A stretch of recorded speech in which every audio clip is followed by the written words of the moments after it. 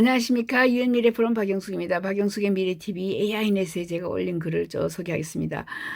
이게 디지털 아이디 굉장히 큰 미래의 사업 아이템입니다. 디지털 아이디를 연구를 하시고 각 국가마다 이제 디지털 아이디 체계로 막 넘어가고 있는데 이쪽 분야에 한국 정부가 그죠 우리도 디지털 아이디 체계로 가겠다 하면은 뭐 돈이 굉장히 많이 이게 뭐 한 개 회사 삼성 현대만 할 수 있는 게 아니라 엄청나게 많은 회사들이 여기에 뛰어들 수 있어요.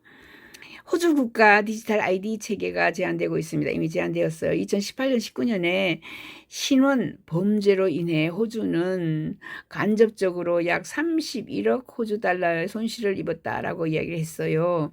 신원 범죄니까 나의 아이디를 훔쳐간다든가 그죠? 가짜 아이디, 가짜 주민등록증, 가짜 뭐 이런 거로 해서 31억 달러의 손실을 입었습니다. 이러한 비용을 해결하기 위해 연방정부는 사람들이 여권, 운전면허증, 그리고 메디케어 카드 같은 문서를 이제 공유하지 않고 가지고 다니지 않고 자신의 신원을 증명할 수 있는 국가 디지털 신원 체계를 제안했습니다. 호주가 제일 먼저 지금 시작하고 있는 거예요. 그래서 호주 KT 갤리거 재무장관이 지난주 법안에 대한 협의를 시작했고요. 올해 말까지 법안을 의회에 제출할 계획입니다. 그것은 무엇을 제안하는지 그리고 당신에게 어떤 의미를 가질 수 있는지 살펴봅니다. 무엇이 바뀔까? 디지털 아이디 체계는 처음에는 호주 경쟁 및 소비자위원회와 경쟁소비자위원회와 호주정보위원회에 의해서 규제될 예정이며 최종적으로 새로운 관리기관을 설립해야 한다라고 하고 있습니다. 법인 초안 패키지에는 조직이 사람들의 아이디를 저장하는 방법에 대한 보안 요구사항에 대한 강력한 업데이트는 물론 데이터 위반 및 신원 사기 의심에 대한 보고가 포함되어 있다.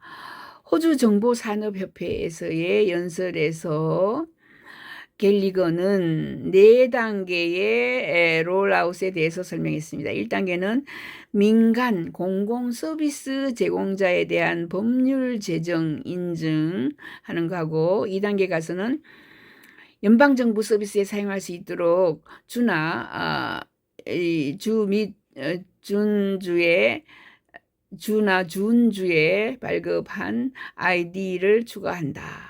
3단계는 민간 부문의 디지털 아이디 인식을 도입해서 예를 들어서 이를 통해서 신분증명서나 사본을 제공하지 않고 디지털 아이디를 사용하여서 은행 대출을 신청할 수 있게 한다.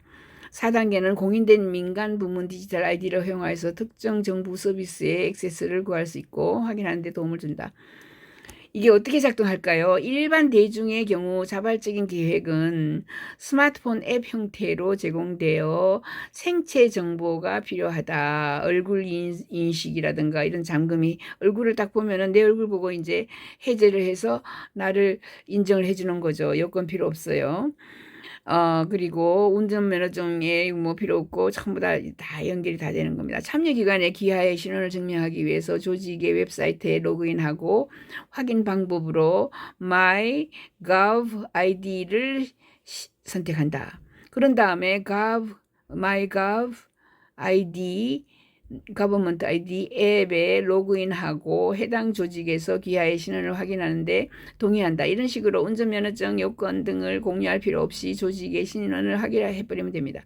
100개의 아이디 포인트와 문서 사본이 인터넷 전체에 저장되는 시대가 이제 끝납니다. 자, 이거 굉장한 거죠. 호주에서 지금 시작해서 법을 바꾸고 있어요. 그렇게 하면은 이제 운전면허증 뭐 발급하고 운전면허증을 어쩌고 하고 운전면허증을 만들어주던 이런 단체, 기관, 기구, 사업체 다 없어집니다. 여권을 발행해주고 발급하고 여권에 뭐 사진을 찍어가지고 올려주고 여권 사진 찍어주는 곳도 다 망해요. 그죠? 운전면허증 뭐뭐 해주는데 다 망해요.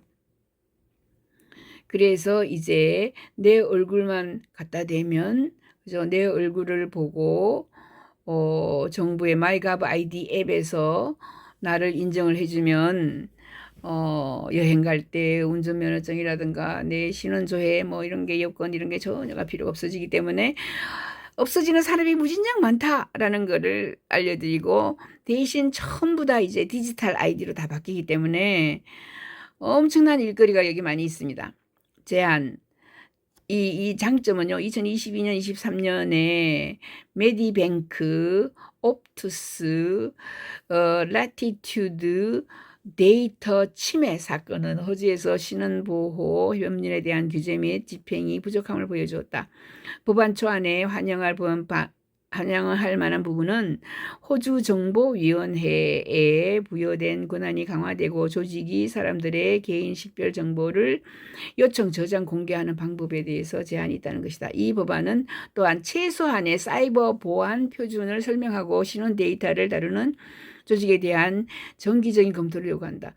근데 해결되지 않은 마이거브 아이디 보안의 결함이 아직까지 있습니다. 당연히 결함이 있겠죠.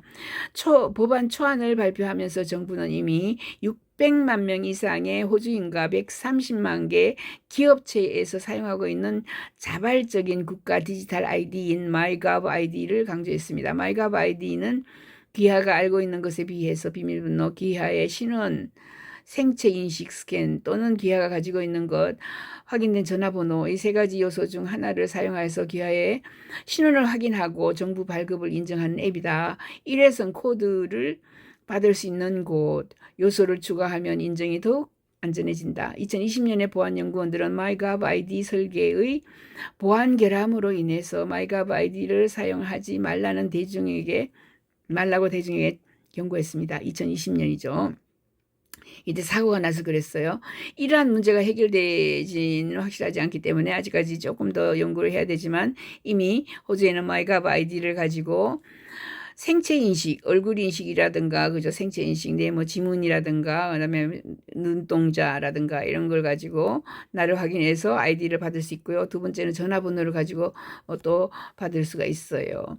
이런 식으로 세 가지여서 나의 비밀번호.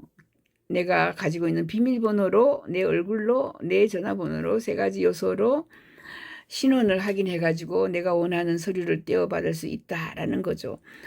자, 이게 실시가 되면은 어떤 현상이 일어나는가. 이게 처음에는 아이디를 다 디지털 아이디를 하나로 했죠. 다음번에 없어지는 게 이제 투표입니다. 투표하러 투표장에 가지 않고요. 투표 용지 받지 않고요. 투표가 상시로 일어나면서, 그죠? 이제 전자투표, 디지털 투표가 시작이 되는 겁니다. 호주 정부 역시 우리 정부 보안에 대한 실적이 좋지 않다. 웨버 인슈런스에 따르면 올해 1월부터 6월까지 기록된 데이터 유출 44건 중에 14건이 정부 당국에 의해 보고됐는데 여기에 내무부, 노던 테라토니, 태스메니아 같은 데엔 노사우스웨일즈 정부도 포함되어 있습니다. 아주 그죠? 사람들이 아무튼 정부 보안이 좋지 않다라는 거고, 이는 지난해 ABC가 보고한 바와 같이 호주 국세청 국가장애보험제도와 같은 데이터 침해에 더 자주 발생합니다. 또 걱정스러운 점은 개인정보보호법에는 주 정부 당국이 의무적인 데이터 위반 보고에도 면제대로 허용한다는 허점이 있었습니다. 따라서 우리는 정부의 데이터 침해가 얼마가 되는지 알 수 없습니다. 초안 법안은 이러한 허점을 명시적으로 유지하고 있으며 단체가 주 또는 지역의 부서, 당국인 경우에 해당하는 단체는 데이터 보고에서 면제된다는 점을 명시하고 있습니다. 해커를 위한, 그죠? 허니 트랩이 될 수도 있습니다. 해커들이 여기 들어가서 그죠? 해킹해버리면 좀 큰일 날 수가 있어요. 정부가 협상을 안전하게 수행하더라도 제한된 계획의 보안은 여전히 그죠? 휴대폰만큼 안전할 뿐입니다. 비밀번호가 취약하거나 휴대폰을 분실하거나 휴대폰을 당하면 데이터가 손상될 수 있어요. 이러한 방식으로 분산 식별 시스템을 합리화하면은 해커들에게 저항할 수 없는 표적이 될 수 있습니다. 사이버 보안에는 이를 허니팟 또는 허니트랩이라고 합니다.